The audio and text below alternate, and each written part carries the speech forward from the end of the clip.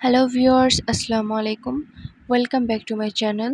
আজকে আমি আপনাদেরকে শেয়ার করব রেস্টুরেন্ট স্টাইলে আম্মুর হাতের তৈরি চিকেন ফ্রাই রেসিপি, যেটি খুবই টেস্টি অ্যান্ড খুবই জুসি। তার আগে আমার চ্যানেলটি সাবস্ক্রাইব করুন অ্যান্ড বেল বাটনে ক্লিক করে রাখুন। প্রথমেই নিয়ে নিচ্ছি 1.5 কেজি সমপরিমাণ মুরগির মাংস। এখানে মুরগির বুকের মাংস ও রানের মাংস নিতে হবে। মাংস ম্যারিনেটের জন্য প্রথমে নিয়ে নিচ্ছি 1.5 চা চামচ মরিচের গুঁড়া, নিয়ে নিচ্ছি 1/2 চা চামচ ধনিয়া গুঁড়া, এরপর নিয়ে নিচ্ছি 1/2 চা চামচ গোলমরিচের গুঁড়া, নিয়ে নিচ্ছি 1 চা চামচ জিরা গুঁড়া, এরপর দিতে হবে 1 চা চামচ আদা বাটা, এরপর 1 চা চামচ রসুন বাটা, এরপর দিয়ে দিচ্ছি রুচি ঝাল টমেটো সস 1 টেবিল চামচ,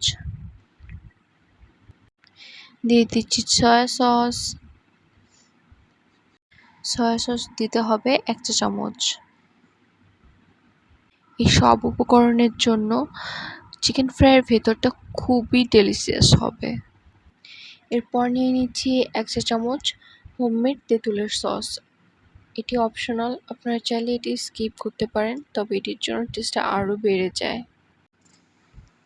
এরপর দিয়ে দিচ্ছি 1/2 চা চামচ চিনি, 1/2 চা চামচ বেকিং সোডা,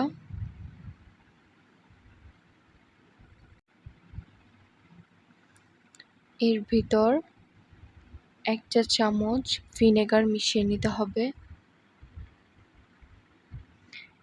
দেখতেই পাচ্ছেন ভিনেগার দেওয়ার পরের অবস্থা।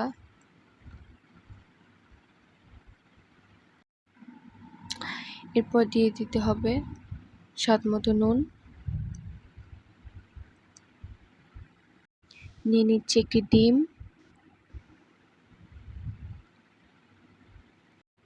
নিয়ে নিচ্ছি 1 চা চামচ পরিমাণের লেবু,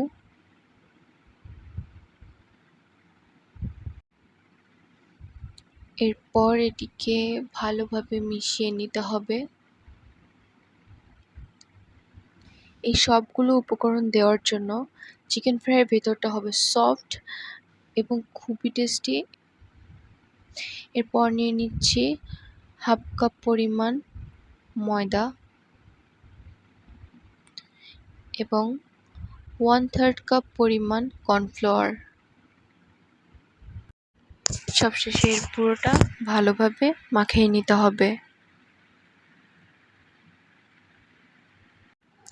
বেকিং সোডা দেওয়ার জন্য এটি ফুলে উঠবে আর খেতে অনেক বেশি মজা লাগবে। এর মাঝে সামান্য পরিমাণে পানি মিক্সড করে নিতে হবে, যাতে সব কম্বিনেশনটা পারফেক্ট হয়।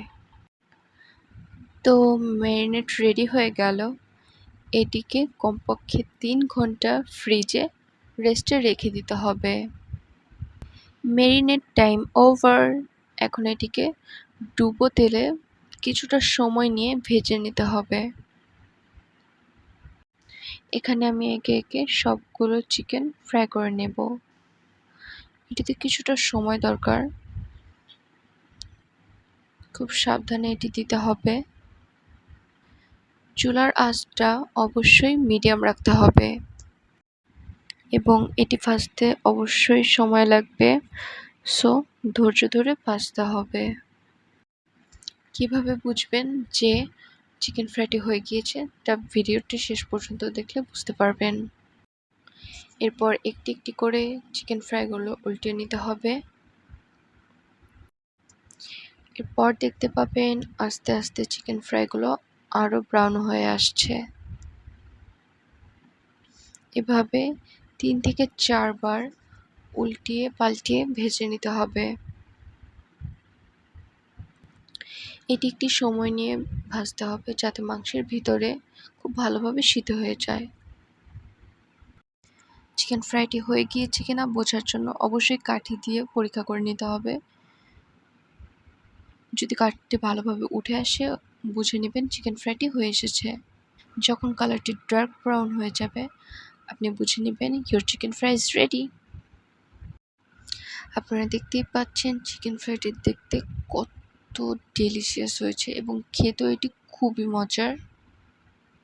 এটি আমি সহ আমার পরিবারের সবাই খুবই পছন্দ করে এবং এই রেসিপিটি ট্রাই করার পর আপনার রেস্টুরেন্টের চিকেন ফ্রাইয়ের টেস্ট ভুলেই যাবেন।